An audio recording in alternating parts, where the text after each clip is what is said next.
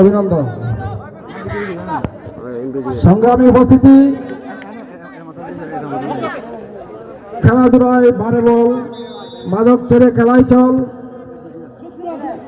আসলে আমাদের খেলাধুলার প্রতি এলাকার ছেলেপেলেদের উৎসাহ বেশি এবং গত বছরও আমাদের অনেক খেলা আয়োজন করা হয়েছে, তার তুলনায় এবছর সামান্য কম।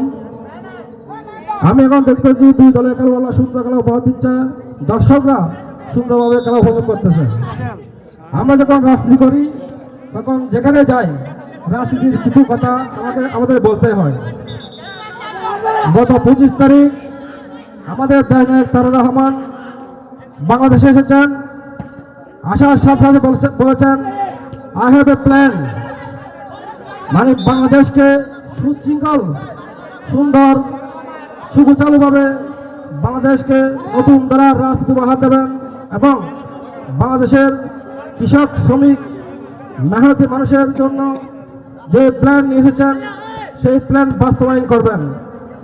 আপনারা জানেন বাংলা জাতীয়তাবাদী দল বিএনপি দেশনায়ক তারেক রহমান 8 দফা নিয়ে মাঠে নেমেছে এবং বাংলাদেশের মানুষের বাক উন্নয়নের জন্য স্বনির্ভর বাংলাদেশ করার জন্য তিনি বাংলাদেশে এসে কাজ শুরু করেছেন।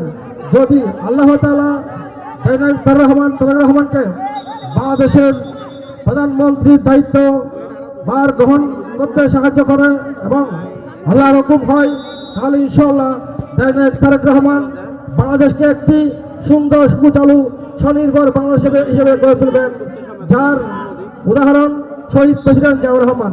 শহীদ প্রেসিডেন্ট জিয়াউর রহমান যেভাবে দেশকে সুন্দরভাবে ঘুষিয়েছেন এবং কৃষক শ্রমিক মেহনতি মানুষের কথা বলেছেন, তেমনি তারেক রহমানও প্রথমে কৃষি কার্ডের কথা বলেছেন, ফ্যামিলি কার্ডের কথা বলেছেন, স্বাস্থ্য কার্ডের কথা বলেছেন এবং গরিব দুঃখী মেহনতি মানুষের কথা বলেছেন।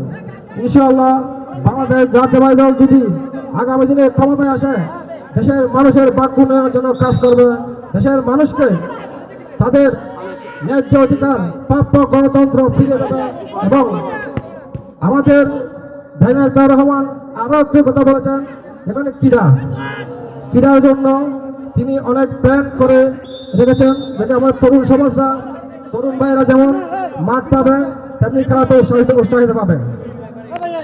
পরিশেষে একটা কথা বলতে চাই, সামনে 12 তারিখ ভোট, ইনশাআল্লাহ তারুণ্যের প্রথম ভোট দানব শীষের পক্ষে হোক।